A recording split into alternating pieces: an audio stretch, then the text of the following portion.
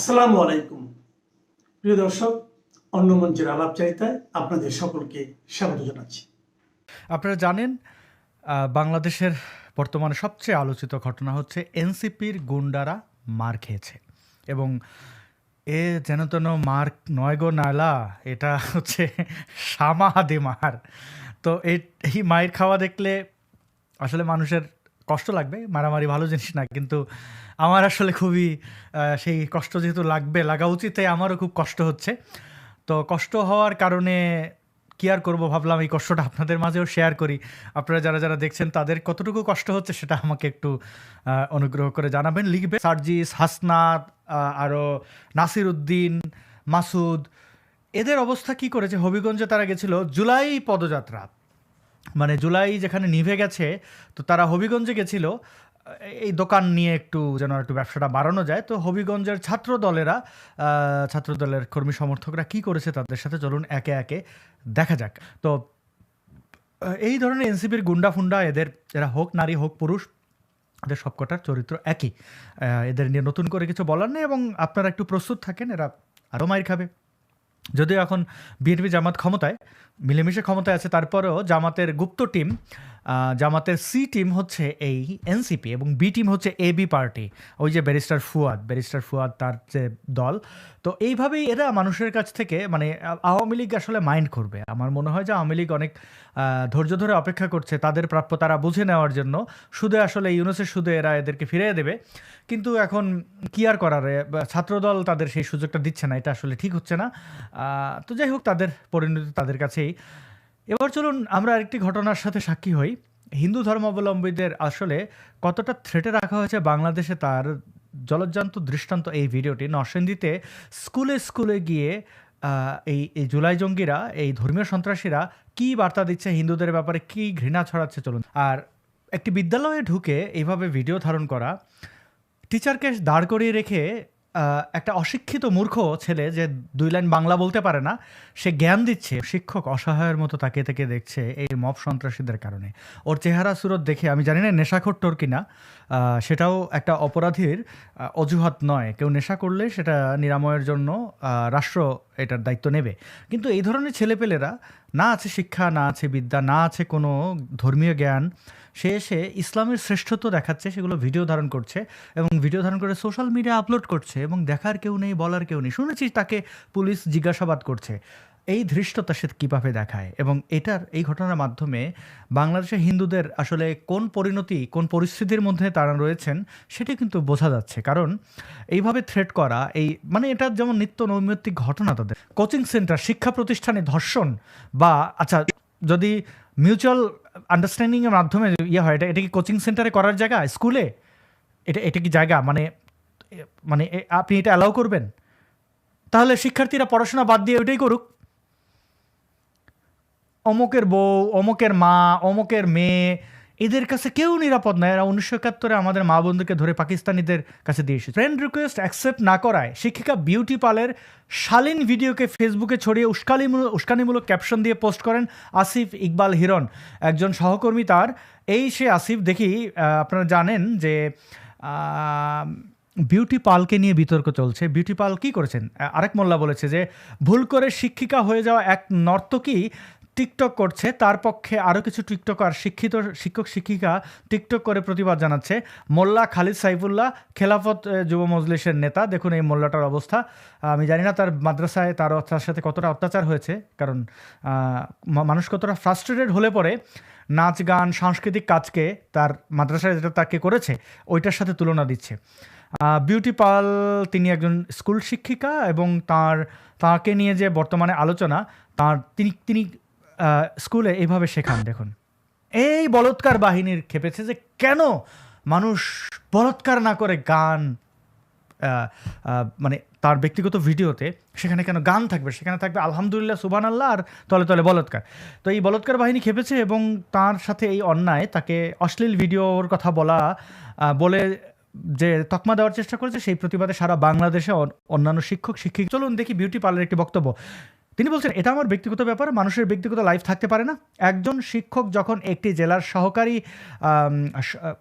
জেলার সরকারি প্রাথমিক বিদ্যালয়ের শ্রেষ্ঠ প্রধান শিক্ষক নির্বাচিত হন, তখন নিশ্চয়ই ধরে নিতে হয় তিনি তার যোগ্যতা, দক্ষতা, নিষ্ঠা ও কর্মের মাধ্যমে এই সম্মান অর্জন করেছেন। তিনি একজন শিক্ষক, কিন্তু তার আগে তিনি একজন মানুষ, একজন নারী। তারও একটি মন আছে, আনন্দ আছে, ভালো লাগা আছে, নিজের মতো করে বাঁচার অধিকার আছে। বিউটিপাল প্রধান শিক্ষক, পিটাইটিকর সরকারি প্রাথমিক বিদ্যালয়, তারেক রহমানের মতো প্রাথমিক বিশ্ববিদ্যালয়ে মুখ দিয়ে বের হয়ে যাচ্ছে আমার। পিটাইটিকর, আমি যদি একটু বড় করি, পিটাইটিকর সরকারি প্রাথমিক বিদ্যালয়। আমার সামনে স্ক্রিনটা অনেক দূরে, প্রায় 5 হাত দূরে হবে, তো যে কারণে আমি একটু ছোট দেখছিলাম, আমাকে ক্ষমা সুন্দর দেখছিলাম। চলুন আমরা ভিডিওটি শেষ করি। এই শাহ মাহাদি এইভাবে পিটিয়েছে স্থানীয় হবিগঞ্জের জনতা। ছাত্রদলের কেন্দ্রীয় নেতারা বলেছেন যে উত্তেজিত জনতা তাদের উপরে আক্রমণ করেছে, যেভাবে তারা মানুষের উপরে মব করার পরে বলতো যে উশৃঙ্খল না বলে বলতো যে মানে মানুষ ক্ষুব্ধ হয়ে এই কাজটি করেছে। আওয়ামী লীগের নেতাকর্মীদের উপরে গণহারে যেভাবে তারা আক্রমণ চালিয়েছে, তখন এই ধরনের বিশেষণ ব্যবহার করেছে যে উত্তেজিত জনতা, মানুষের ক্ষোভের বহিঃপ্রকাশ।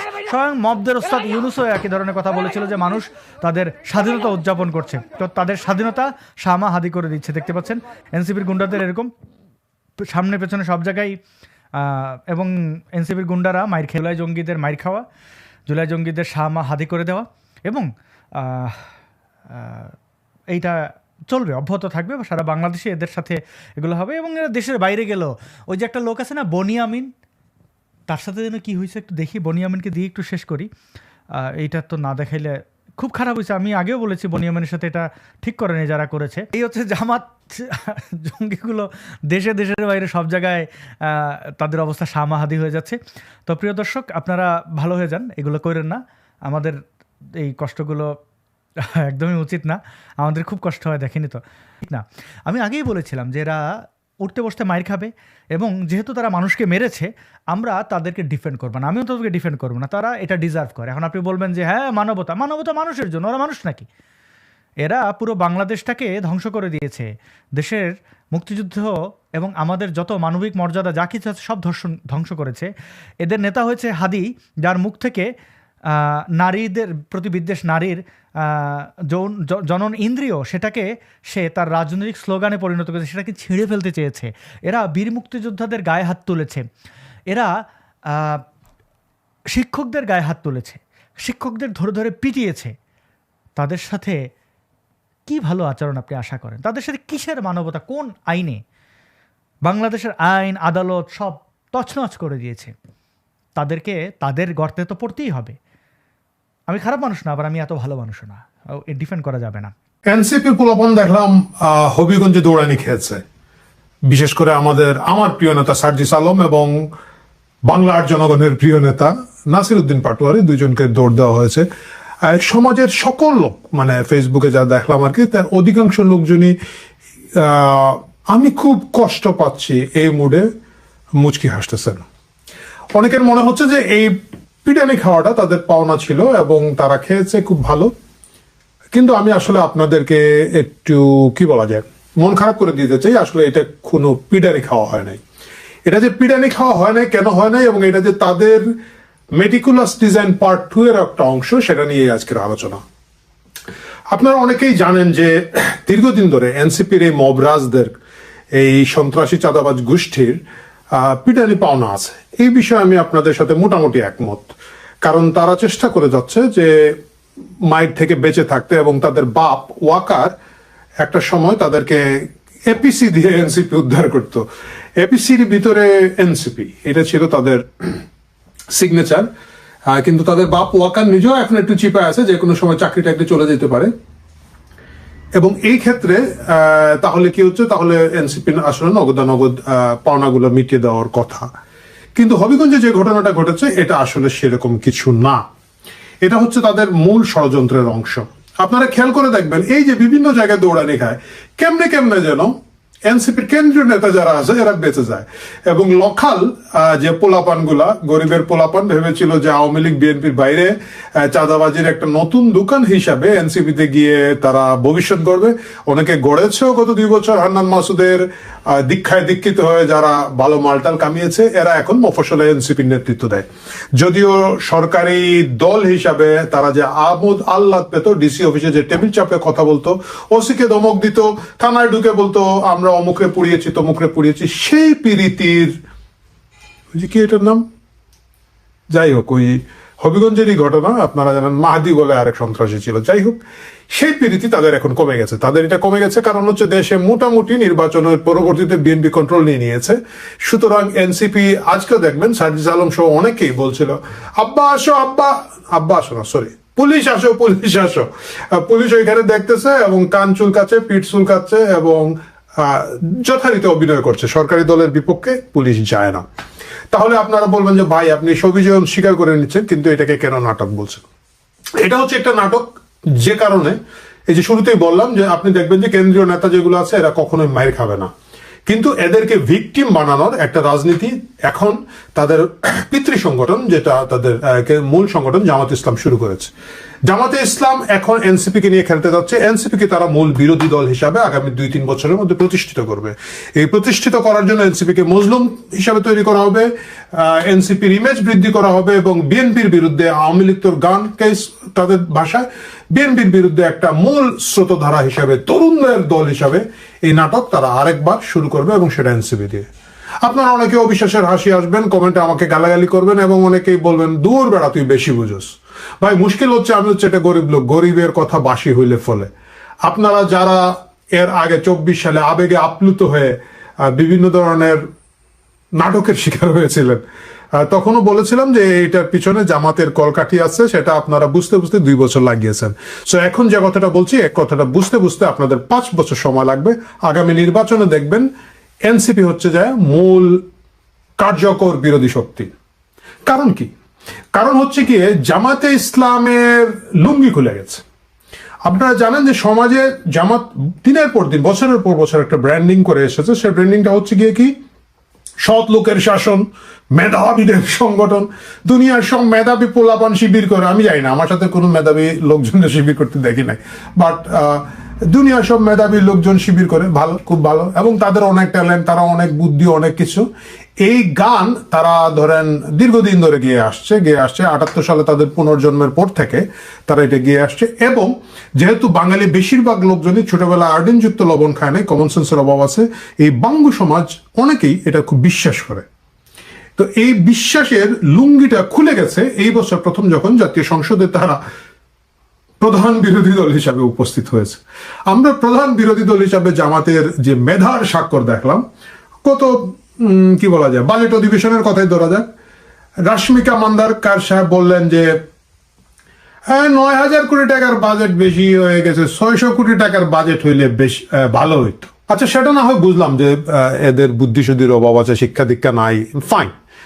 একটা মানুষের শিক্ষা দীক্ষা নাই বা পুরো পার্টিরই শিক্ষা দীক্ষা নাই, এটা নিয়ে আসলে এত অশান্তি করার কিছু নেই। যদি তারা সৎ লোকের শাসন হইতো, তো এই সত্যাচার যে নমুনা আমরা স্যাম্পল দেখতে পাচ্ছি, জনগণ এখন বুঝতে পারছে কি ঘটনা হচ্ছে। একজন বলতেছে আমার বাবা মুক্তিযুদ্ধে শহীদ, আমরা শহীদ পরিবার, তারপর লোকজন বলছে তোর আব্বারে তো দেখা যায়, ও সরি আমার তো ওই দিন মাথা ব্যথা করতেছিল, হুশ ঠিক নাই। পৃথিবীর কাউরে কোনোদিন দেখছে মাথা ব্যথা থাকার কারণে বাপ বাইচা আছে কি না আছে সেটা জানে না?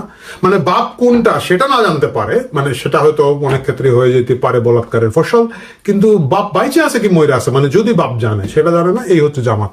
তারপরে জামাতের এমপি ওইটা বলছে আমগারে পর্দা দেওয়ার কথা ছিল, এই কি ডিশ ওয়াশার বোধ নাকি মাইক্রোওভেন ডিশ ওয়াশার দেওয়ার কথা ছিল, এইগুলা দেয়। একটা মিনিটে হাজার হাজার টাকা খরচ হয় সংসদে, এবং সেখানে তারা এই ডিশ ওয়াশার টানাটানি করতেছে। আচ্ছা, তাও মাইনে নিয়েছিলাম যে সকালে সরকারি ডিশ ওয়াশার চায়, লোকজন কত কিছু চায়, এইবার তো আর গাড়ি টাড়ি দিচ্ছে না, প্লট দিচ্ছে না, আর একটা ডিশ ওয়াশারই চাইছে, না হয় 20-30 হাজার টাকা জিনিস।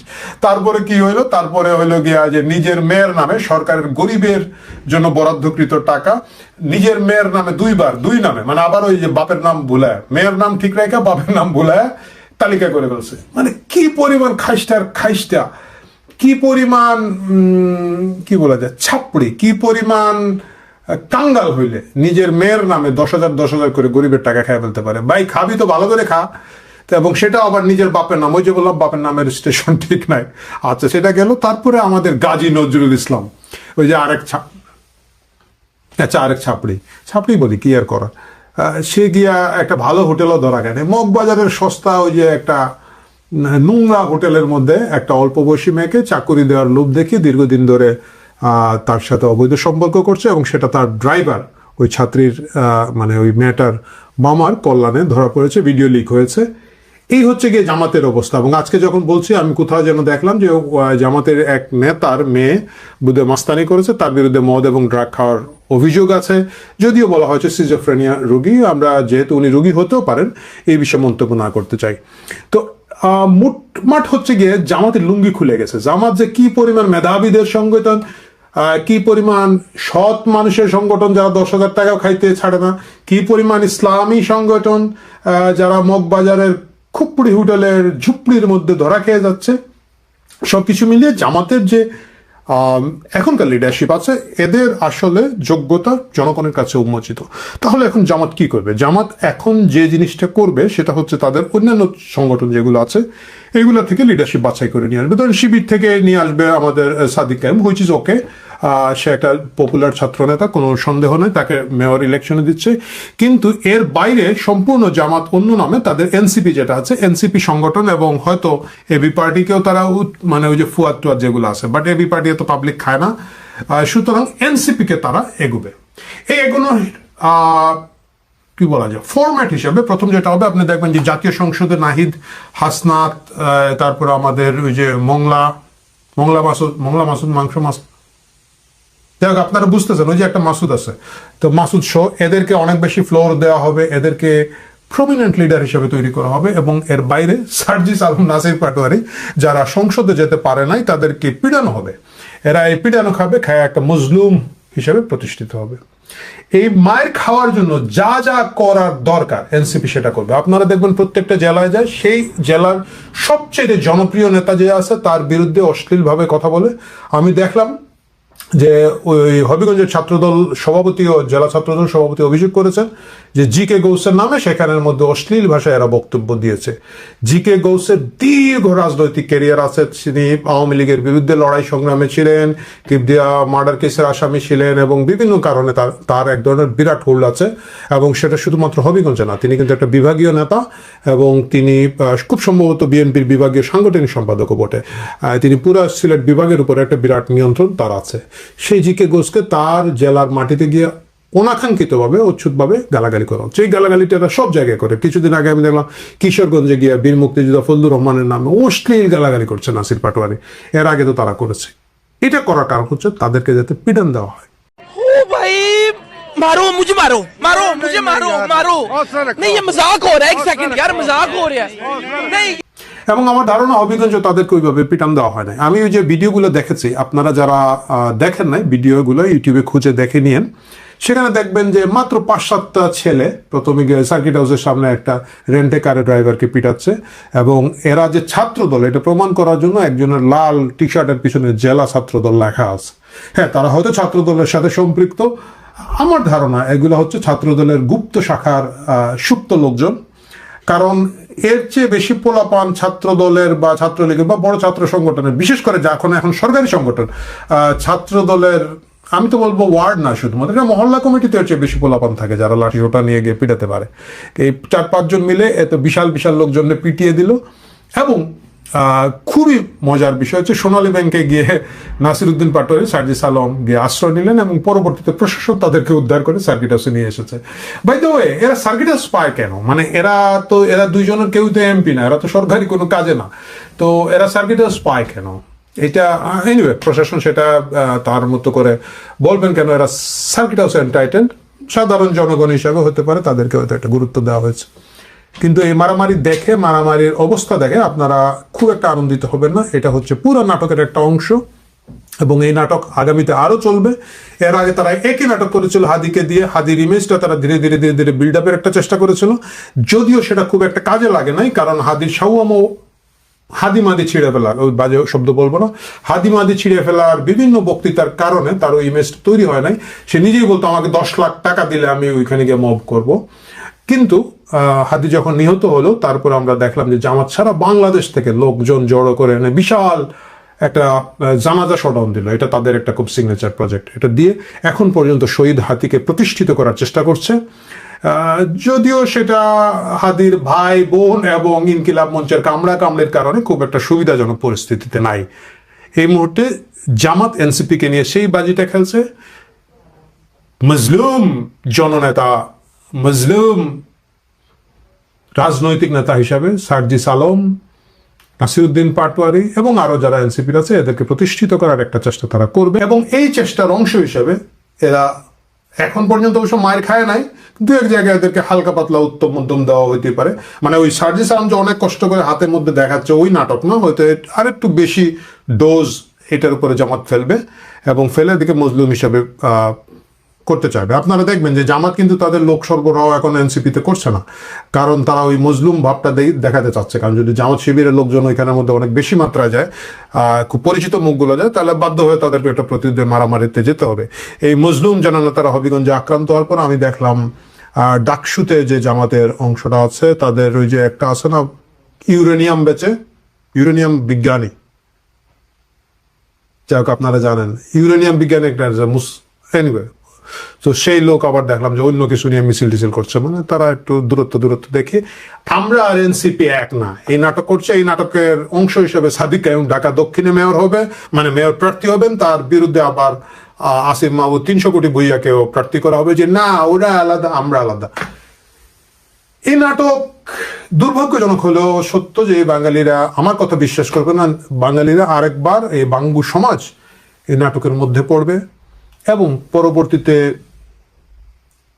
আজ বুঝবি না বুঝবি কাল, কি যেন থাপড়াইবি ছাপা আর কিছু একটা গাল, মানে যাই হোক আপনারা ওই ছড়াটা জানলে একটু কমেন্ট বক্সে দিয়ে দিন। আমি শুধু এই পুরা নাটকের সাথে জড়িত সবাইকে বলবো, আপনারা জানেন বাংলাদেশ নামক এই ছোট্ট দেশটিকে চারদিক থেকে রাহুরা এমনভাবে ঘিরে ধরেছে, এ দেশের মানুষ, এ দেশের মানুষের জীবন, সমাজ, রাষ্ট্র এবং ধর্ম কোথায় গিয়ে দাঁড়াবে কেউ জানে না। আর কারো জানার ইচ্ছা আছে সেটাও মনে হচ্ছে না। বাংলাদেশে মুসলিম সংখ্যাগরিষ্ঠ একটি দেশ, কিন্তু হাজার হাজার বছর থেকে এদেশে হিন্দু জনগোষ্ঠী, বৌদ্ধ জনগোষ্ঠী, জৈন এবং অন্যান্য ধর্মের নানান নৃগোষ্ঠীর মানুষ শান্তিতে সহাবস্থান করে এসছে। সেই দেশটিকে এই জুলাই মাসে 2024 সালে এমন একটি অন্ধকারের গলির দিকে মুখ করে দেওয়া হয়েছে। এখন অন্ধকারে যত যাচ্ছে এটি আস্তে আস্তে ব্ল্যাক হোলের দিকে চলে যাচ্ছে। সাম্প্রতিক নানান খেলা শুরু হয়েছে বাংলাদেশকে নিয়ে। একদিকে ভারত, একদিকে চায়না, একদিকে মৌলবাদী পাকিস্তান, আরেকদিকে বিশ্ববাটপার আমেরিকা, এবং শকুনের দৃষ্টি দিয়ে তাকিয়ে আছে বাংলাদেশের দিকে।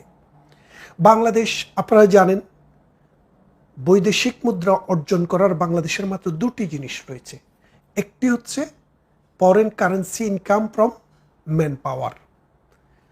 মধ্যপ্রাচ্যে, আমেরিকায়, ইউরোপে, অস্ট্রেলিয়ায়, কানাডায়, আফ্রিকায় সহ পৃথিবীর নানা দেশে আমাদের শ্রমিকরা যায়, তারা সেখানে কাজ করে, আর গ্রামে, শহরে, গঞ্জে আত্মীয় স্বজন, পরিজন সবার জন্য তারা সেই রেমিটেন্সের টাকা দেশে ফেরত পাঠায়। আরেকদিকে আমাদের দেশের বিশেষ করে নারী শ্রমিকরা দিনের পর দিন কষ্ট করে গার্মেন্টসে কাজ করে সেই গার্মেন্টসকে দিয়ে বিদেশ থেকে প্রতি বছর অ্যাভারেজে 60 থেকে 70 বিলিয়ন ডলার আমাদের জন্য বৈদেশিক মুদ্রা নিয়ে আসে। এখন এই 24 জঙ্গি উত্থানের পর আমেরিকার টাকায়, আমেরিকার পৃষ্ঠপোষকতায় যে আন্দোলনটি বাংলাদেশে হয়েছে, সেই আন্দোলনের মাস্টার মাইন্ড হিসেবে এসে দাঁড়ালেন ডক্টর ইউনূস, নোবেল ইউনূস। সেই নোবেল ইউনূস আসার পর তার ব্যক্তিগত স্বার্থ চরিতার্থ করার এমন কোনো পথ তিনি বাকি রাখেন নাই। আস্তে আস্তে এই দেশটাকে আমেরিকার কলোনিতে রূপদান করেছেন। আমেরিকাকে বন্দর দিয়ে দিতে হবে, আমেরিকাকে দিতে হবে নেভাল বেজ, আমেরিকাকে দিতে হবে সামরিক ঘাঁটি, আমেরিকাকে দিতে হবে করিডোর, আমেরিকার থেকে জাহাজ কিনতে হবে, আমেরিকার থেকে বিমান কিনতে হবে, তেলও এখন আমেরিকার থেকে কিনতে হবে। আমরা আগে আপনারা জানেন যে কাতার থেকে এলজি গ্যাস বা এলপি গ্যাস আমরা কিনতাম, যেটা দিয়ে আমাদের দেশে গ্রামে গঞ্জে মানুষের রান্নাবান্নার কাজ করে। সেই গ্যাস এখন আসবে আমেরিকা থেকে। কাতার থেকে আনলে যে দাম পড়তো গ্যাসের, সেই দামের তুলনায় 1.5 গুণ বেশি দামে আমেরিকা থেকে আনতে হবে। এবং বাংলাদেশ 8 লাখ মেট্রিক টন গম আমেরিকা থেকে কিনবে। এই গম যদি আমেরিকা থেকে না কিনে আমরা যদি ইউরোপ থেকে বা বাংলাদেশের প্রতিবেশী রাষ্ট্র ইভেন পাকিস্তান থেকেও কিনি বা ইন্ডিয়া থেকে চায়না থেকে কিনি, তাহলে আমাদের সেই গমের যে দাম পড়ে শুধু আমেরিকা থেকে ক্যারিং কস্ট তার চেয়ে বেশি পড়ে। তাহলে খেয়াল করে দেখেন, এই দেশটাকে ক্ষমতার মসনদে বসার জন্য মির্জাফর কি করেছিল? ইস্ট ইন্ডিয়া কোম্পানিকে সব দিয়ে দিয়েছিল, বলেছিল আমার শুধু নবাবই দরকার। তার মানে নবাবের শুধু দায়িত্ব থাকবে, কোনো ক্ষমতা থাকবে না, আর ইস্ট ইন্ডিয়া কোম্পানির শুধু ক্ষমতা থাকবে, কোনো দায়িত্ব থাকবে না।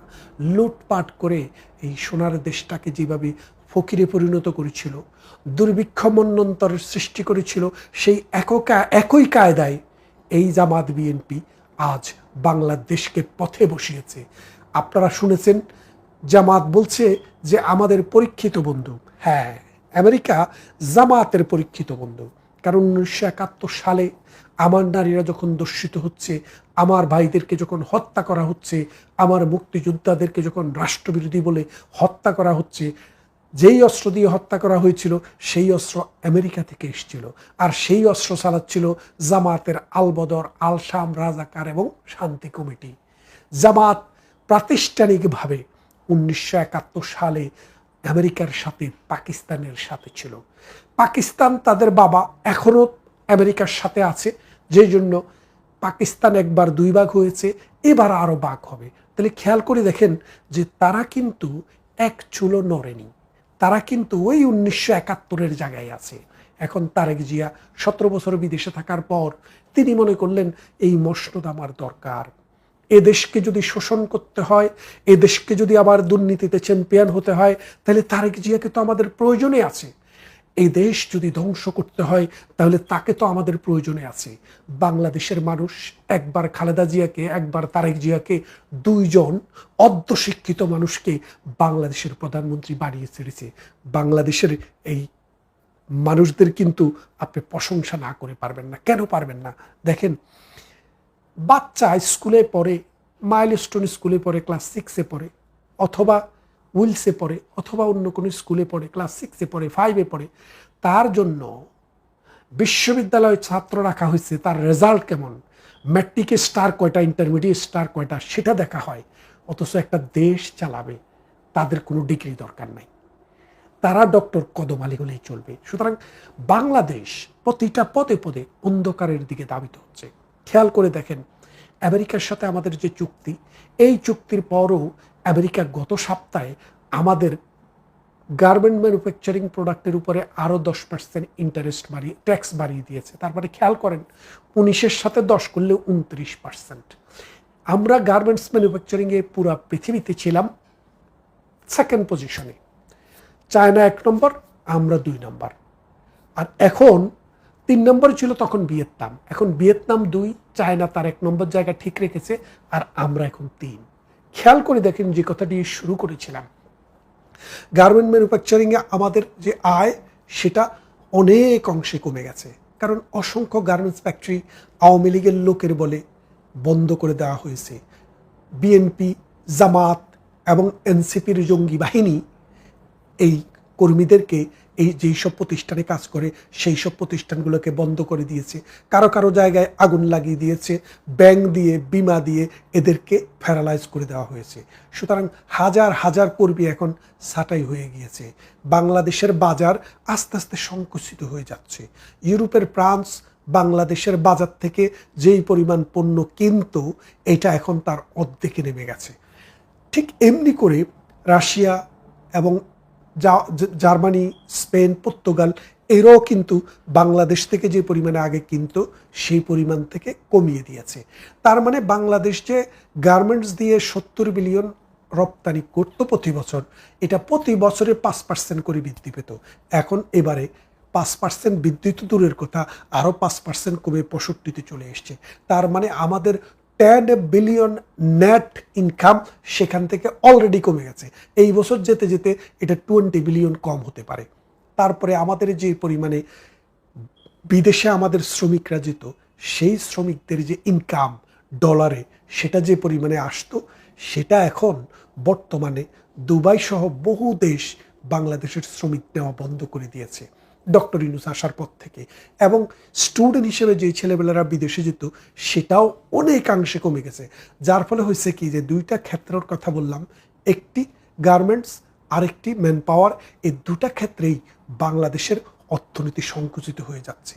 এর ফলে বাইয়া কার্ড বিক্রি করে বাইয়া খাল বানিয়ে কুমির আনতে পারবেন, কিন্তু সেখানে মাছ আসবে না। ফলে বাংলাদেশ আসলে তার গন্তব্য হারিয়ে ফেলছে। বাংলাদেশে রাজনৈতিকভাবে অস্থিরতা আসছে এবং আপনারা দেখেন যে প্রাগৈতিহাসিক যুগ থেকে এই যে ভারতবর্ষ, বাংলাদেশ, ভারত, পাকিস্তান, এই যে ভূখণ্ড, এই ভূখণ্ডের মানুষের মধ্যে শিশুদের প্রতি মায়া, মমতা এবং শিশুদের প্রতি শ্রদ্ধাবোধ এবং ভালোবাসা বা মমত্ববোধ এবং দায়িত্ববোধ যে পরিমাণে ছিল, এখন কিন্তু সেটা আর নেই। প্রতিদিন মসজিদে, মক্তবে, মাদ্রাসায়, এতিমখানায় এই শিশুদেরকে মৌলানারা বলৎকার করছে। যারা আল্লাহর আইন চায়, সৎ লোকের শাসন চায়, তাদের সেই সৎ লোকেরা পতিতা নিয়ে ধরা পড়ছে নিম্নমানের হোটেলে। ঠিক এমনি করে বাংলাদেশটাকে প্রতিনিয়ত আস্তে আস্তে মানুষের যে শ্রদ্ধা ভালোবাসার জায়গা ছিল, আস্থার জায়গা ছিল, সেই ধর্মের যে বেসটা ছিল, সেখানেও কুঠারাঘাত হচ্ছে। অসাম্প্রদায়িক চেতনা এই দেশ থেকে চলে গেছে। ফলে বাংলাদেশের সামনে কিন্তু একটা বিশাল অন্ধকার সামনের দিকে। আপনি খেয়াল করে দেখেন, 6 কোটি মানুষের মতো মানুষ আওয়ামী লীগ করে, তাদেরও কিন্তু দেওয়ালে পিঠ ঠেকে গেছে। তারা যখন এই পিঠটা যখন দেওয়ালের সাথে একটু ঠেকিয়ে যখন সামনের দিকে তাকাবে, 6 কোটি মানুষ কিন্তু 1 কোটি করে, একজন করে ধরলেও কিন্তু 12 কোটি কিন্তু যুদ্ধে চলে আসে। একটা দেশে যদি এই 12 কোটির মধ্যে সংঘাত হয়, তাহলে মনে রেখেন সেই দেশ কিন্তু গৃহযুদ্ধ অনিবার্য হয়ে পড়ে। ভারতের সাথে আমাদের বিশাল বর্ডার, প্রতিনিয়ত ভারতকে কিভাবে শত্রু বানানো যায়, ভারতকে কিভাবে আমাদের সাথে লাগিয়ে রাখা যায়, সেই রকমের একটা আলাপ আলোচনা রাজনৈতিক মহল থেকে এসছে। কোন রাজনৈতিক? সাম্প্রদায়িক রাজনীতিক, এনসিপি জঙ্গি রাজনীতিক বিদদের কাছ থেকে। এবং দেখেন 1971 সালের সাথে 2024-এর তুলনা করে বহু লোক লেখালেখি করছেন এবং প্রথম আলোতেও লিখছেন। অথচ দেখেন 1971-এর পর 72, 73, 74 সালে কোনো মুক্তিযোদ্ধাকে পিটাবে এমন সাহস বাংলার মাটিতে কারো ছিল না। এই দেখেন সার্জিস এবং কি পাটোয়ারি জানি, পাটের ব্যাপারী নাকি পাটোয়ারি, নাসিরুদ্দিন পাটোয়ারি, ওই হারামজাদা দুইটাকে কুত্তার মতো পিটাইছে আজকে। কোথায়? সিলেটে। এরপরে তারা গিয়েছিল এর আগে কোথায়? বঙ্গবন্ধুর জন্মস্থানে টঙ্গিপাড়ায়। সেখানেও ওই ট্যাঙ্কের ভিতরে করে পিসিতে করে ফেরত আসছে, আপনারা দেখেছেন। সুতরাং তাদের প্রতি মানুষের শ্রদ্ধা, আস্থা, ভালোবাসা কোনোটাই নেই। মানুষ বুঝতে শিখেছে তাদেরকে ব্যবহার করে ডক্টর ইউনূসের নীল নকশা, আমেরিকার টাকায় এই দেশটিকে বেনিয়াদের হাতে তুলে দেওয়া হয়েছে। 1 বছর 2 বছর যেতে হবে না, আগামী 6-7 মাসের মধ্যেই দেখবেন হাহাকারটা আরও কত বৃদ্ধি পায়। এর ফলে যেটা হবে যে এই বাংলাদেশ যেখানে উদ্যোগতি ছিল সেটা নিম্নগতির দিকে চলে যাবে এবং শিশুদের ভবিষ্যৎ নষ্ট হয়ে যাবে। বলৎকারের আঁকড়াগুলোকে যদি বন্ধ করা না যায়, এই বলৎকারের আঁকড়াগুলোকে যদি নিয়ন্ত্রণ করা না যায়, তাহলে এই দেশে আগামী প্রজন্মে একটা নষ্ট প্রজন্মের শিশুরা বড় হয়ে উঠবে। সত্যিকারের শিশুদেরকে যদি রক্ষা করা আমরা না পারি, তাহলে আমাদের ভবিষ্যৎ সত্যিকার অর্থেই অন্ধকার। আসুন, এই বাংলাদেশকে আমরা বিদেশিদের হাতে তুলে দিতে চাই না। এই বাংলাদেশকে আমরা বেনিয়াদের তীর্থস্থান করতে চাই না। এই বাংলাদেশকে আমরা গৃহযুদ্ধের স্থান হিসাবে দেখতে চাই না। এই বাংলাদেশকে আমরা মানুষের দেশ, সভ্য মানুষের দেশ, অসাম্প্রদায়িক চেতনার দেশ, 71-এর মুক্তিযুদ্ধের চেতনার দেশ, আমাদের সাংস্কৃতিক ধারাবাহিকতার দেশ, পূর্বপুরুষের দেশ হিসেবে যদি আমরা দেখতে চাই, আসুন সবাই সাম্প্রদায়িক শক্তিকে রুখি, সন্ত্রাসীদেরকে রুখি, জঙ্গিদেরকে রুখি এবং সুন্দরের দিকে যাত্রা করতে হলে একাত্তরমুখী রাজনীতি আবার শুরু করতে হবে। ইউনূসের আমলে যাদের জন্য ছুটে যেত সেনাবাহিনী, যাদের উদ্ধারের জন্য থাকতো এপিসি, ক্ষমতার পালা বদলের পর এখন সে জাতীয় নাগরিক পার্টি এনসিপির বেহাল দশা। ইউনূসের আমলে সেনাবাহিনী নিয়ে রাজনীতির মাঠ দাপিয়ে বেরিয়েছিল যে দলটি, তাদের নেতারা এখন রাজনৈতিক প্রতিপক্ষের হামলার শিকার হচ্ছে। দেশের বিভিন্ন জেলায় এনসিপির জুলাই পদযাত্রাকে কেন্দ্র করে ধারাবাহিক হামলা, হুমকি এবং মনস্তাত্ত্বিক ভয়ভীতি প্রদর্শনের নজিরবিহীন ঘটনা রাজনৈতিক অঙ্গনে মারাত্মক উত্তাপ ছড়িয়ে দিয়েছে। 28 জুলাই হবিগঞ্জে এনসিপির বহরে হামলার ঘটনাও ঘটেছে। এ সময় সাংবাদিকদের কয়েকটি গাড়ি ভাঙচুর করা হয়। এই ঘটনায় আহত হয়েছেন দলটির কয়েকজন নেতাকর্মী। এছাড়া দলটির উত্তরাঞ্চলের মুখ্য সংগঠক সার্জিস আলম ও মুখ্য সমন্বয়ক নাসিরউদ্দিন পাটোয়ারীকে অবরুদ্ধ করে রাখা হয়। পরে পুলিশ গিয়ে তাদের উদ্ধার করে নিয়ে যায়। এনসিপি নেতারা অভিযোগ করেছেন স্থানীয় ছাত্র দল এই হামলা চালিয়েছে। এর আগের দিন মেহেরপুরের গাংনীতে এনসিপি সমাবেশ স্থলের কাছে বৈদ্যুতিক তারে দলটির শীর্ষ নেতাদের পুষ্পতুল ঝুলিয়ে রাখা এবং সমাবেশ স্থলের কাছে বোমা সদৃশ বস্তু উদ্ধারের ঘটনাও ঘটেছে। এনসিপি সহ একাধিক সূত্র বলছে, এনসিপির কয়েকজন নেতা উস্কানিমূলক ও প্রতিপক্ষকে অপমান করে বক্তব্য দেয়া গত 2 বছরে অভ্যাসে পরিণত হয়ে গেছে। মুক্তিযোদ্ধা, সুশীল সমাজের প্রতিনিধি, আওয়ামী লীগের পর বিএনপির সিনিয়র নেতাদেরকেও চরম অপমান করে বক্তব্য দিতে তারা ছাড়ছে না। হবিগঞ্জের ঘটনার সূত্রপাত হয় এই কারণেই। এনসিপির একটি সূত্র বলছে, দলটির কয়েকজন নেতার এমন লাগামহীন বক্তব্যে এরই মধ্যে দলটিতে কয়েক দফা ভাঙ্গন ধরলেও তারা লাগামহীন। মঙ্গলবার সকালে এনসিপির কেন্দ্রীয় নেতারা হবিগঞ্জ জেলার আজমিরীগঞ্জ উপজেলা সদরে যান। সকালের দিকে আজমিরীগঞ্জ শহীদ মিনার প্রাঙ্গণে এনসিপি এক সংক্ষিপ্ত সমাবেশের আয়োজন করে। সমাবেশে বক্তব্য দেওয়ার সময় এনসিপির মুখ্য সমন্বয়ক নাসিরউদ্দিন পাটোয়ারী এবং উত্তরাঞ্চলের মুখ্য সংগঠক সার্জিস আলম স্থানীয় রাজনীতি, চাঁদাবাজি এবং প্রশাসনিক দখলের সমালোচনা করেন। বক্তব্যে এনসিপি নেতারা স্থানীয় বিএনপি ও তার অঙ্গ সংগঠনের কতিপয় নেতার নাম উল্লেখ করে তাদের গুন্ডা বাহিনী এবং দখলদারিত্বের উত্তরাধিকারী বলে আখ্যায়িত করেন। স্থানীয় রাজনৈতিক সূত্র অনুযায়ী এনসিপি নেতাদের এই আক্রমণাত্মক ও নাম উল্লেখ করে দেয়া বক্তব্য মুহূর্তের মধ্যে সামাজিক যোগাযোগ মাধ্যম এবং স্থানীয় ছাত্রদল ও যুবদলের নেতাকর্মীদের মধ্যে তীব্র ক্ষোভের জন্ম দেয়। আজমিরীগঞ্জের কর্মসূচি শেষ করে এনসিপির কেন্দ্রীয় নেতারা বিকেলের দিকে হবিগঞ্জ জেলা সদরে যান। বিকাল 5:30টার দিকে শহরের সাইফুর রহমান টাউন হলের সামনে এনসিপির পদযাত্রা ও সমাবেশ অনুষ্ঠিত হয়। সমাবেশে কেন্দ্রীয় ও স্থানীয় নেতারা বক্তব্য রাখেন। সমাবেশ শেষে সন্ধ্যা 7টার দিকে নাসিরউদ্দিন পাটোয়ারী, সার্জিস আলম এবং তাদের সহকর্মীরা কয়েকটি যানবাহনে চড়ে হবিগঞ্জ সার্কিট হাউসের উদ্দেশ্যে রওনা দেন। তাদের গাড়ি বহরে এনসিপির মিডিয়া টিম এবং সংবাদকর্মীদের গাড়িও ছিল।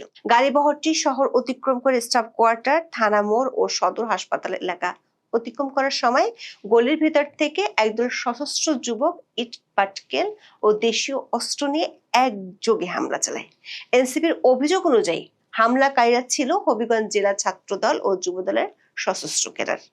তারা রামদা, হকি স্টিক, রড ও চেন নিয়ে এনসিপির বহরে আক্রমণ চালায় এবং গাড়ি লক্ষ্য করে ইট পাটকেল ছুটতে থাকে।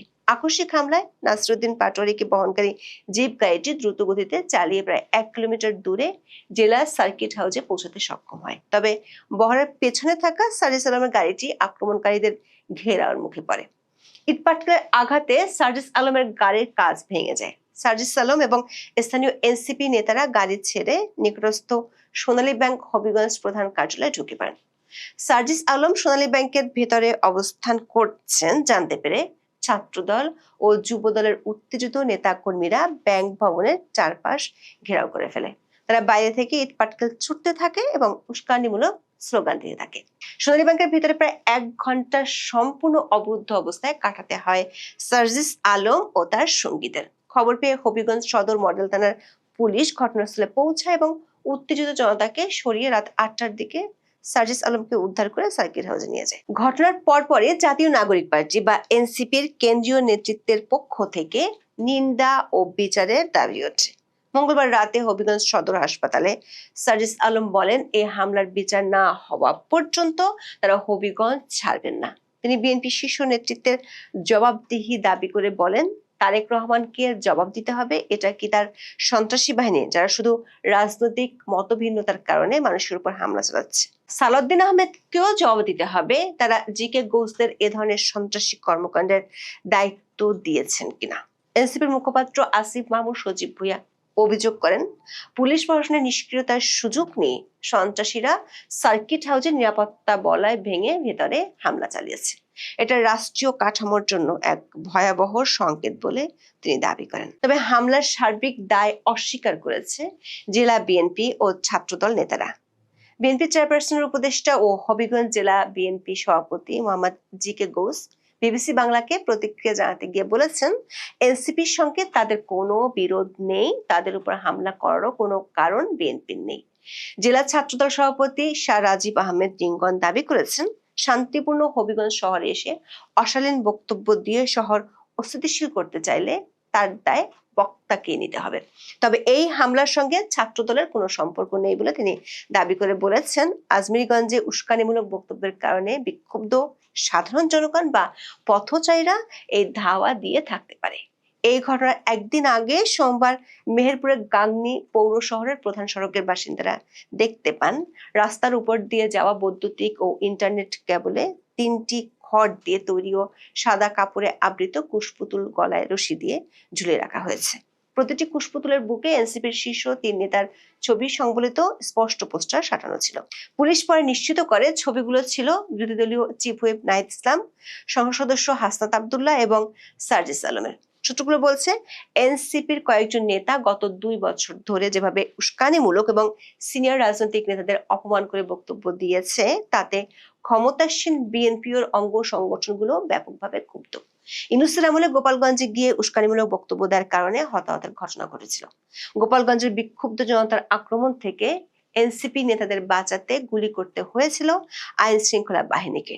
সেনাবাহিনীর এপিসিতে করে প্রাণ নিয়ে পালাতে হয়েছিল এনসিপির সেসব নেতাদের যারা একসময় সেনাবাহিনীর সমালোচনার মুখর ছিলেন। এর পরপরই এনসিপির কয়েকজন নেতা কক্সবাজারে গিয়ে সালাউদ্দিন আহমেদকে অপমান করে বক্তব্য দিলে সেখানেও হামলার শিকার হয়েছিল।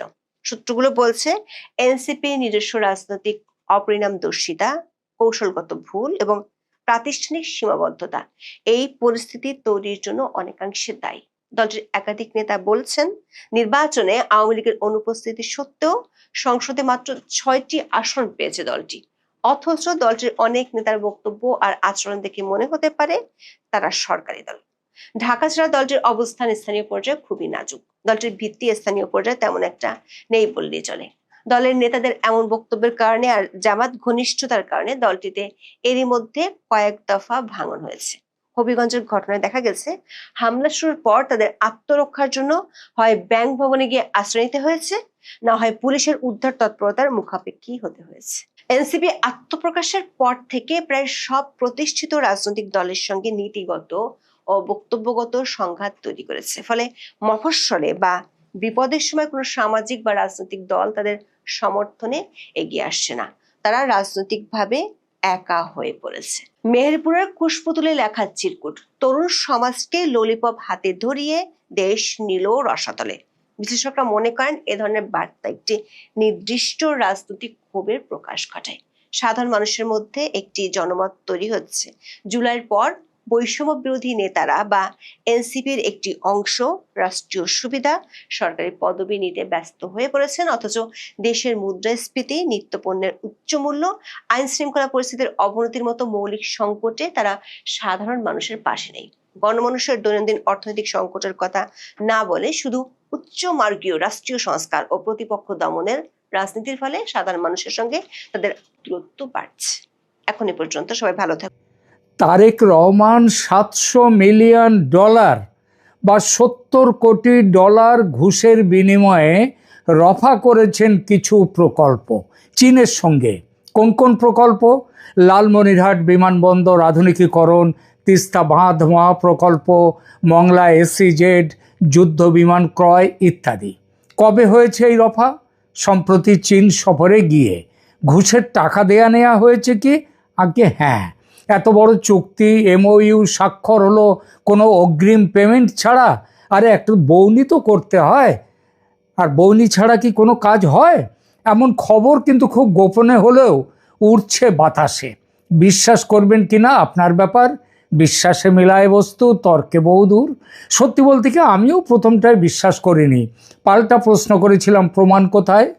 উত্তর পেয়েছিলাম প্রমাণ বাংলাদেশের ইতিহাসে, প্রমাণ তারেক রহমানের পুরনো রেকর্ডে। অতঃপর খুঁজতে হলো বাংলাদেশের ইতিহাস, খুঁজতে হলো তারেক রহমানের রেকর্ড, বলছি সে কথা। বাংলাদেশের শাসকের বিরুদ্ধে ঘুষ নেওয়া ও আর্থিক দুর্নীতির অভিযোগ নতুন নয়। বঙ্গবন্ধু নমস্য ব্যক্তি, তার বিরুদ্ধে ঘুষের অভিযোগ ওঠার প্রশ্নই ছিল না। জিয়াউর রহমান সম্পর্কে অনেকে একথা সে কথা বলে বটে, তবে আর্থিক দুর্নীতি বা ঘুষ খাওয়ার স্পষ্ট কোনো অভিযোগ বা মামলা নেই জিয়াউর রহমানের বিরুদ্ধে। কিন্তু তারপর থেকে ঘুষ দুর্নীতির অভিযোগ থেকে মুক্ত এমন কোনো শাসক নেই বাংলাদেশে। খেয়াল করবেন, আমি কিন্তু চূড়ান্ত রায় দিইনি, শুধু বলেছি অভিযোগ। কে চোর আর কে চোর নয় সেটা বলবেন আপনারা। আমি শুধু বলছি বাংলাদেশের স্বাধীনতার পর থেকে হুসেইন মোহাম্মদ এরশাদ, খালেদা জিয়া এবং শেখ হাসিনার মতো শীর্ষ রাষ্ট্র সরকার প্রধানরা ঘুষ ও আর্থিক দুর্নীতির অভিযোগে অভিযুক্ত হয়েছেন, আইনি প্রক্রিয়ার মুখোমুখি হয়েছেন। 1990 সালে ক্ষমতাচ্যুত হওয়ার পর সাবেক রাষ্ট্রপতি হুসেইন মোহাম্মদ এরশাদের বিরুদ্ধে জাপানি রাডার কেনা সহ বেশ কয়েকটি ক্ষমতার অপব্যবহার ও দুর্নীতির মামলা হয়। আদালত তাকে কয়েকটি মামলায় দোষী সাব্যস্ত করে কারাদণ্ড দেয় এবং তিনি দীর্ঘদিন কারাবাস করেন। তিনি প্রথম শীর্ষ শাসক যিনি দুর্নীতির দায়ে আইনগতভাবে সাজাপ্রাপ্ত হন। এরপর 3 বারের সাবেক প্রধানমন্ত্রী ও বিএনপি চেয়ারপারসন খালেদা জিয়ার কথা ধরুন। তার বিরুদ্ধে জিয়া অরফানেজ ট্রাস্ট ও জিয়া চ্যারিটেবল ট্রাস্টের অর্থ আত্মসাতের অভিযোগে মামলা হয়েছিল। বিচারিক আদালতে সাজা হলেও পরবর্তী সময়ে ওই 24 আগস্ট অভ্যুত্থানের পর, কারণ ওই অভ্যুত্থানের তার দলও তো একটা শরিক ছিল, তো সেই অভ্যুত্থানের পর নতুন সরকার গঠিত হওয়ার পর অন্তর্বর্তী সরকার মোহাম্মদ ইউনূসের ব্যবস্থাপনায় দেশের উচ্চ আদালত ও সুপ্রিম কোর্ট তাকে এসব দুর্নীতি মামলা থেকে সম্পূর্ণ খালাস করে দেয়। আসা যাক তারপরে শেখ হাসিনা ও তার পরিবারের আর্থিক দুর্নীতি প্রসঙ্গে। এটা অনেকেই মানবেন না, যারা আওয়ামী লীগ তারা বলবেন না না শেখ হাসিনার নামে কোনো কিছু নেই। কিছু নেই সেটা নয়, কিছু তো ছিল। আমি আবার বলছি অভিযোগ তো ছিল, সত্যি মিথ্যে আমি বলছি না। রূপপুর পারমাণবিক বিদ্যুৎ কেন্দ্র প্রকল্প থেকে প্রায় 5 বিলিয়ন মার্কিন ডলার মানে প্রায় 59,000 কোটি টাকা আত্মসাৎ ও ঘুষ নেওয়ার অভিযোগ উঠেছে সাবেক প্রধানমন্ত্রী শেখ হাসিনা, তার ছেলে সজীব ওয়াজেদ জয় এবং তার কি বলবো বোনের ছেলে, এই বোনের মেয়ে ব্রিটিশ এমপি টিউলিপ সিদ্দিক সহ পরিবারের অন্যান্য সদস্যদের বিরুদ্ধে। অভিযোগ রয়েছে যে প্রকল্পের ঠিকাদারি প্রতিষ্ঠান রাশিয়ার রোসাটম তাদের কাছ থেকে অতিরিক্ত ব্যয় দেখিয়ে অন্যান্য অপকৌশলে এই অর্থ মালয়েশিয়ার বিভিন্ন ব্যাংক ও অফশোর অ্যাকাউন্টে পাচার করা হয়েছে। বাংলাদেশের দুর্নীতি দমন কমিশন এ বিষয়ে অনুসন্ধান শুরু করলেও শেখ হাসিনার পরিবার ও সংশ্লিষ্ট পক্ষগুলো এই অভিযোগ সম্পূর্ণ অস্বীকার করেছে। এর মধ্যে ওই মালয়েশিয়ার নাম করলাম না, মালয়েশিয়ার বিভিন্ন ব্যাংক আর অফশোর অ্যাকাউন্টে পাচার করা হয়েছিল টাকা। এবারও দেখুন আমাদের তারেক রহমান সাহেব, তিনি চীন যাওয়ার আগে তিনি মালয়েশিয়া ঘুরে গেলেন ওদের ব্যবস্থাপনা তৈরি করার জন্য, তাই নাই কি? আপনারা এটা ভাববেন, ভেবে বলবেন। যাই হোক, বাংলাদেশের দুর্নীতি দমন কমিশন এ বিষয়ে অনুসন্ধান করলেও শেখ হাসিনার পরিবার ও সংশ্লিষ্ট পক্ষগুলো এটা অস্বীকার করেছে। এছাড়া রাশিয়ার পক্ষ থেকেও এই 5 বিলিয়ন ডলারের ঘুষের গল্পকে ভিত্তিহীন ও গুজব বলে জানানো হয়েছে। এরপরেও আছে শেখ হাসিনার বিরুদ্ধে পদ্মা সেতু দুর্নীতি ষড়যন্ত্রের অভিযোগ উঠেছে, সেটা কিন্তু পরবর্তীকালে সেই অভিযোগের কোনো ভিত্তি পাওয়া যায়নি বলে মামলা খারিজ করে দেয় ক্যানাডার এক আদালত। এছাড়া মেট্রো রেল ও মেগা প্রকল্প, ঢাকা মেট্রো রেল সহ বিভিন্ন বড় বড় অবকাঠামো উন্নয়ন প্রকল্পে অতিরিক্ত ব্যয় দেখিয়ে কস্ট ইনফ্লেশন করে টাকা নেওয়া হয়েছে ইত্যাদি বলা হয়েছে। এছাড়া শেখ হাসিনার বিরুদ্ধে ব্যাংক কেলেঙ্কারি, শেয়ার বাজার কেলেঙ্কারি ইত্যাদি নানান প্রকল্পে আর্থিক দুর্নীতির অভিযোগ তার বিরুদ্ধে উঠেছে। সম্প্রতি বিভিন্ন মামলায় এই সরকার, অবশ্যই এই সরকারের আমলে এগুলোকে তো বিচার বলে না, এগুলোকে বলে কুবিচার, এগুলো আইনের গর্ভস্রাব হয়েছে এখানে। তবে তার শাস্তি ঘোষণা হয়েছে। তবে বাংলাদেশে কি দেখা গেছে, শাসকের হুকুমে চলে বিচার ব্যবস্থা, শাসক যেটা বলবে সেইটা হবে।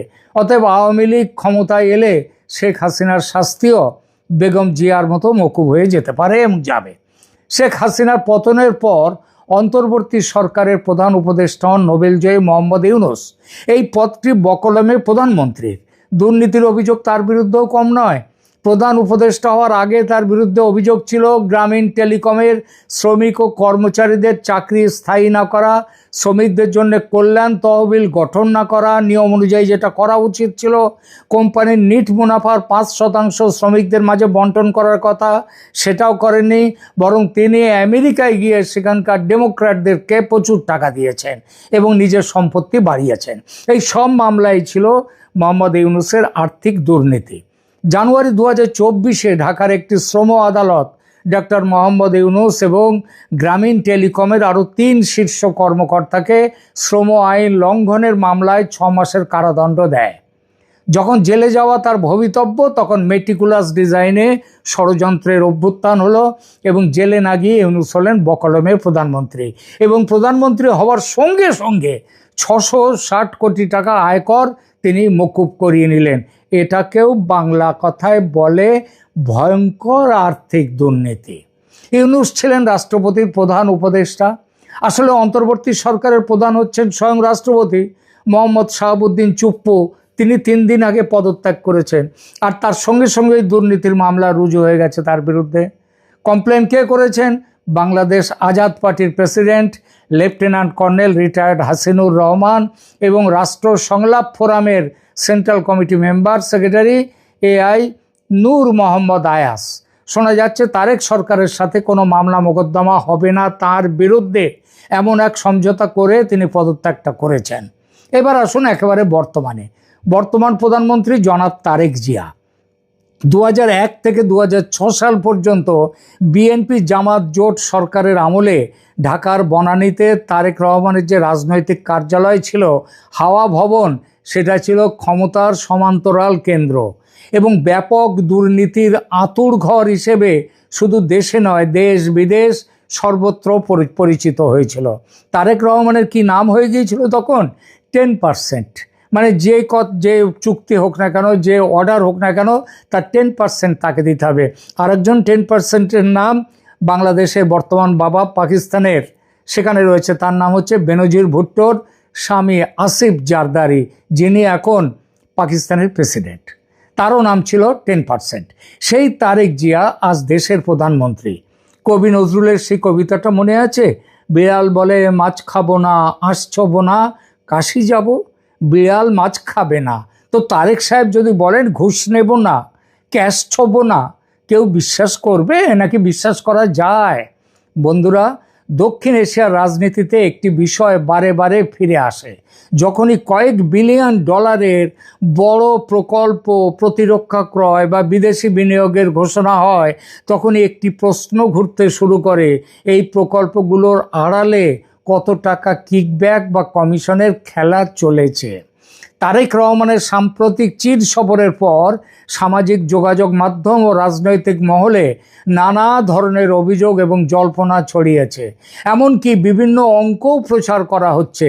তবে এই $700 মিলিয়ন অঙ্কটা, এটা বিষয়টা সেইখান থেকে এসছে। কিন্তু প্রশ্ন হলো, এসবের কতটা তথ্য আর কতটা রাজনৈতিক প্রচার? হতেই পারে, দুটোই হতে পারে। কোনো এটাও সত্যি হতে পারে, ওটাও সত্যি হতে পারে।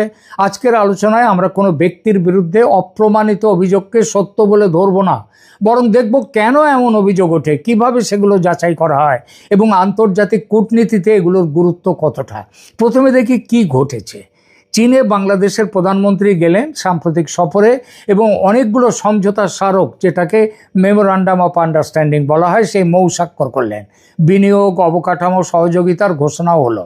তিস্তা নদী ব্যবস্থাপনা, বন্দর, মোংলা বন্দর, শিল্পাঞ্চল সংযোগ ব্যবস্থা এবং অন্যান্য উন্নয়ন প্রকল্প নিয়ে দুই দেশের মধ্যে সহযোগিতা আরও বাড়ানোর কথা বলা হয়েছে।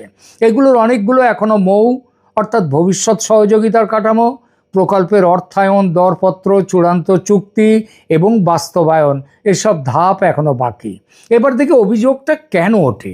দেখুন, বিশ্বব্যাপী বড় অবকাঠামো প্রকল্পে দুর্নীতির অভিযোগ নতুন নয়। লাতিন আমেরিকায় ওডেব্রেক্ট কেলেঙ্কারি আমরা জানি, আফ্রিকার বিভিন্ন অবকাঠামো প্রকল্প, মালয়েশিয়ার 1MDB, এসব ঘটনায় দেখা গেছে। কিছু ক্ষেত্রে বড় প্রকল্পের সঙ্গে অবৈধ কমিশন বা রাজনৈতিক প্রভাবের অভিযোগও সত্য বলে প্রমাণিত হয়েছে। এই ইতিহাসের কারণে যখনই বহু বিলিয়ন ডলারের প্রকল্প ঘোষণা হয়, তখন সাংবাদিক, বিরোধী দল, সুশীল সমাজ এবং আন্তর্জাতিক সংস্থাগুলো স্বাভাবিকভাবেই প্রশ্ন তোলে। আর দেশটার নাম যেহেতু বাংলাদেশ, তাই সন্দেহ স্বাভাবিক। আবার যেহেতু তারেকের সঙ্গে এই লেনদেনের আরেক প্রান্তে আছে চীন, তাই সন্দেহটা আরও জোরদার। কারণ চীনের বিরুদ্ধে পৃথিবীর বিভিন্ন দেশে শাসকদের ঘুষ দিয়ে প্রভাব বাড়াবার, প্রকল্প হাতাবার অভিযোগ আগে বহুবার উঠেছে। চীনা রাষ্ট্রায়ত্ত কোম্পানি বা চীনা প্রতিষ্ঠানের বিরুদ্ধে বিভিন্ন দেশে ঘুষ, দুর্নীতি, অস্বচ্ছ দরপত্র বা প্রভাব খাটানোর অভিযোগ বহুবার উঠেছে। কিছু ক্ষেত্রে তদন্ত হয়েছে, কিছু ক্ষেত্রে শাস্তিও হয়েছে, আবার অনেক অভিযোগ প্রমাণ না করে বন্ধ করে দেয়া হয়েছে। এই বিষয়ে কয়েকটি উল্লেখযোগ্য উদাহরণ আপনাদের সামনে রাখি। জর্জিয়ায় China railway construction corporation CRCC 2019 সালে চীনের রাষ্ট্রায়ত্ত নির্মাণ সংস্থা CRCC এবং তাদের সহযোগী প্রতিষ্ঠানগুলিকে বিশ্ব ব্যাংকের অর্থে অর্থায়িত একটি প্রকল্পের দরপত্র প্রক্রিয়ায় প্রতারণামূলক তথ্য দেওয়ার কারণে নিষিদ্ধ করা হয়েছিল সাময়িকভাবে। এটা ঘুষ খাওয়ার রায় নয়, তবে আর্থিক দুর্নীতি।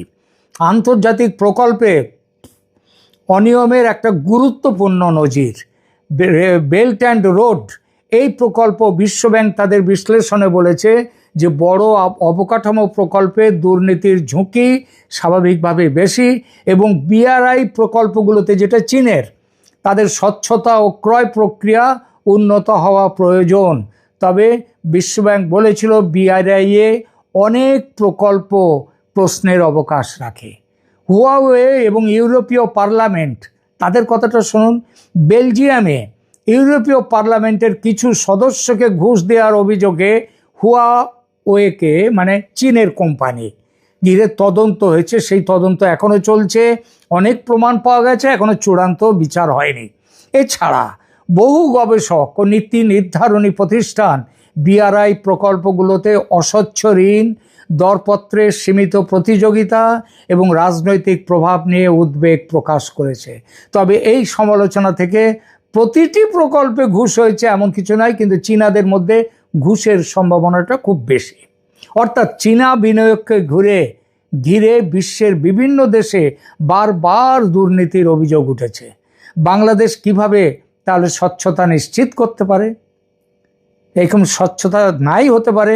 এবং মনে রাখতে হবে, কয়েকদিন আগে পর্যন্ত যখন তারেক রহমান লন্ডনে থাকতেন, তখন এখানে এই জামাত, NCP এরা স্লোগান দিয়েছে, চারদিকে ছড়া শুনিয়েছে যে কি করে ওখানে খরচ চলছে, তার এখান থেকে টাকা তুলছে, ইংল্যান্ডে পাঠাচ্ছে তারেক রহমানকে, BNP এটা বলেছিল। আমার কথা নয়, আপনাদের হয়তো মনে আছে। এবার আসি এই প্রসঙ্গ ছেড়ে সার্জিও গোরের সফর নিয়ে কি বলা যায়। সার্জিও গোর কাল পরশুর মধ্যেই আসছেন বাংলাদেশে। মার্কিন দূত সার্জিও গোর বাংলাদেশে আসছেন এই সব অভিযোগগুলো খতিয়ে দেখতে, চীনের সাথে কি ধরনের সম্পর্ক করেছে, কি ধরনের চুক্তি করেছে, এই চুক্তির আগা পাঁচতলা সব দেখবার জন্য আসছে। কিন্তু এবং এই দাবি কিন্তু অনেক জায়গা থেকে উঠছে। যারা জানা গেছে তা হলো, সার্জিও গোর তো পরিষ্কারভাবে বলেননি যে তিনি কি করতে আসছেন। 3 দিন থাকবেন এবং 3 দিন তিনি কি করবেন তার আলোচ্য সূচিতে রয়েছে আঞ্চলিক নিরাপত্তা, অর্থনৈতিক সহযোগিতা, রোহিঙ্গা সংকট এবং বৃহত্তর কৌশলগত সম্পর্ক, এগুলো প্রকাশ্য, কিন্তু অপ্রকাশ্য অনেক কিছু আছে। সেটা আমাদের মাথায় রাখতে হবে। বড় প্রকল্পে দুর্নীতি হয় না, এ কথা ইতিহাস কখনো বলে না। সঠিক অবস্থান হলো দুর্নীতি হওয়ার প্রচুর সম্ভাবনা এবং হতেও পারে। বন্ধুরা, গণতন্ত্রের প্রশ্ন তোলা জরুরি। তারেক রহমানের ব্যাপার নিয়ে আজকে প্রশ্ন কিন্তু উঠে গেছে। $700 মিলিয়ন, অঙ্কটা খুব কম নয়। এই অভিযোগ পরে প্রমাণ হবে, কিন্তু দেশটার নাম যেহেতু বাংলাদেশ, তাই শেষ পর্যন্ত বিচার কোথায় গিয়ে শেষ হবে, কার কথায় বিচার কোথায় দাঁড়িয়ে যাবে, এটা কেউ বলতে পারে না।